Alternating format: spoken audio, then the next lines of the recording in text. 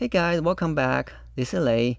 In this video, I'm going to show you how to identify fusion genes using regular RNA sequencing data. So what is a fusion gene? Fusion genes are a fascinating phenomenon in cancer biology. A fusion gene is formed by a combination of two separate genes through genomic rearrangement, such as translocation, deletion, or inversion. These events can cause aberrant gene expression or create new genes with new functions. For example, combination of promoter from gene A and coding region from gene B can cause aberrant protein expression of gene B. Combination of coding regions from both genes can create fusion genes with completely new functions, or loss of function of one gene. Combination of promoters, enhancers, and coding regions from both genes can create new fusion genes with altered expression. The process of analyzing fusion gene expression is similar to the one for regular genes. So in this case, we're going to keep using the contact environment we created for RNA sequencing analysis in our previous tutorials. The aligner we're going to use is still STAR, but here we need a new tool, STAR-Fusion, to quantify expression of fusion genes. This tool focuses on the junction rates that span the junction for both genes. We'll have to need references for both tools, both STAR and STAR-Fusion. Fortunately, these references are pre-built, so we just need to download them. Here, we create multiple folders for our inputs, outputs, and the references.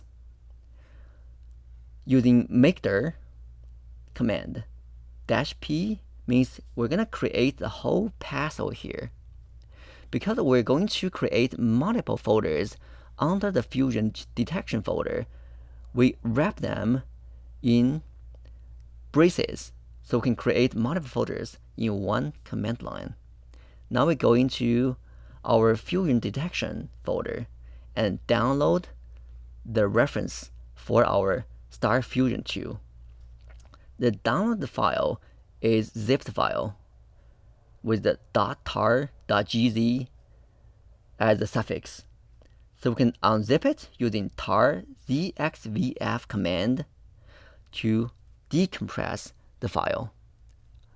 To download STAR index, you can directly go to refgenie and download all the files manually or download them using commands.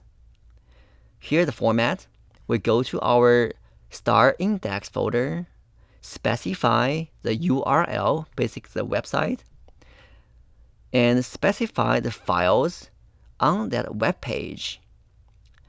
And we combine the web page URL and the files to make a new URL and download them one by one using a for loop. You don't have to understand this, just copy it and paste, and you will download everything. You're gonna just need to download it once. And don't forget to download the genome annotation file, the GTF file, from GenCode. Because our data is from human, so we need human reference genome. Our example data is from this study. So the dataset contains a couple of non-existing fusion genes, such as PAX3-FOXO1 or Mars-ABL1, which can be used as our positive control. So now we go to our raw folder, download one of the FASTQ files using FASTQ dump command, and rename the downloaded file using the rename command. The format is rename, the old name, new name, and which file you want to rename. So here we replace the name _1.fastq with _r1 _001.fastq for all the files with the name ended with _1.fastq.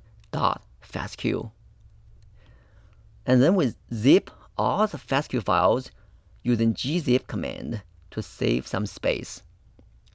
And once we have everything prepared, we can go through our pipeline.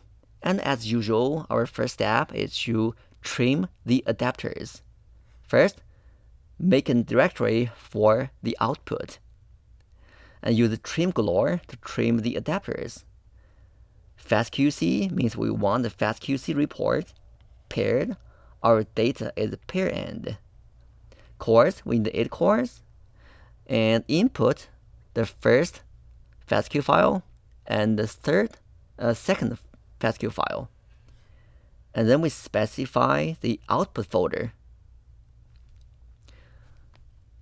Next, we align our trimmed FastQ files with our human genome using STAR.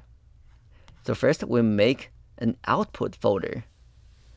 The perimeter settings look very daunting, but don't worry.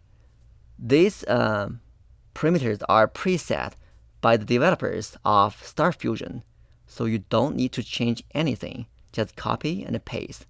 The only thing we need to do here is to specify our inputs and outputs. That's it. So here, STAR, we specify the genome index we downloaded previously. We specify the cores we want to use. We specify the input files, the trimmed FastQ files, 1 and 2. Then we specified the output folder we created above, and that's it. Next, we detect the fusion genes and quantify fusion gene expression using STAR-Fusion. Again, we make our output folder first, call STAR-Fusion, specify the reference for STAR-Fusion we downloaded before. -J, the input file, is not BAM this time. We need a junction file. So make sure you use the right input file from the previous step, junction. Then we specify the output directory, and the results will be stored in a table in the following format. So the first column is the detected fusion genes. Second column is the fusion gene expression, the raw counts. And FFPM means the normalized gene expression. And all other columns have an annotation on my website. So if you want to know, just go check my website.